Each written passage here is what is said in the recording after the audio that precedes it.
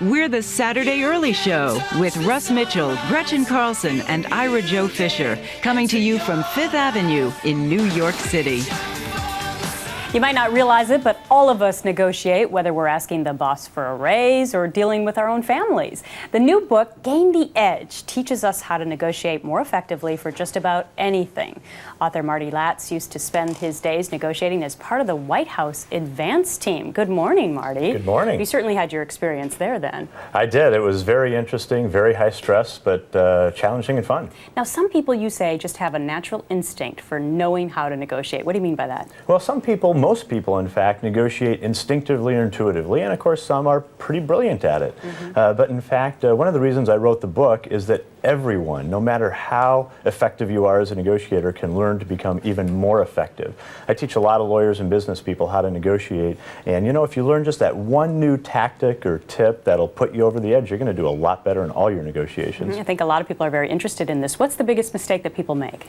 Biggest mistake people make in the negotiation is they negotiate intuitively, just like I was talking before. They don't think about it in a strategic way. Maybe they learned one or two tips from a mentor at some point that taught them how to do it, but you know what?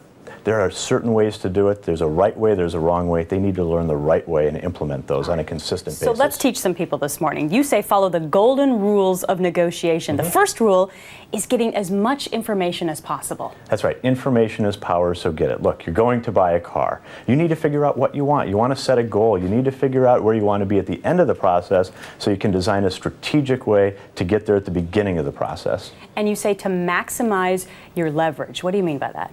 Well, one of the most critical elements in the negotiation process is to know what you're going to do if you walk away from a deal. It's not what you're going to do when you get the deal, it's what you're going to do if you walk away. If you're negotiating with one car dealer and you walk away, are you going to negotiate with another? You need to get a couple of different dealers bidding for your business so you're in control, you've got the leverage. And I think a lot of times this comes into play if you're negotiating your job too, because in a lot of cases you have to have the guts to walk away, but you need to have an alternative then, right? Not only do you need to have an alternative, but you need to take concrete, practical steps to get a better alternative. Otherwise, you feel so powerless. If you don't get the deal you want, you walk away, you're in the unemployment line. You don't want that, so you need to talk to several other folks and figure out what it is you're going to do that will empower you to really get what you want. Figure out what's fair. So you mean comparison shopping?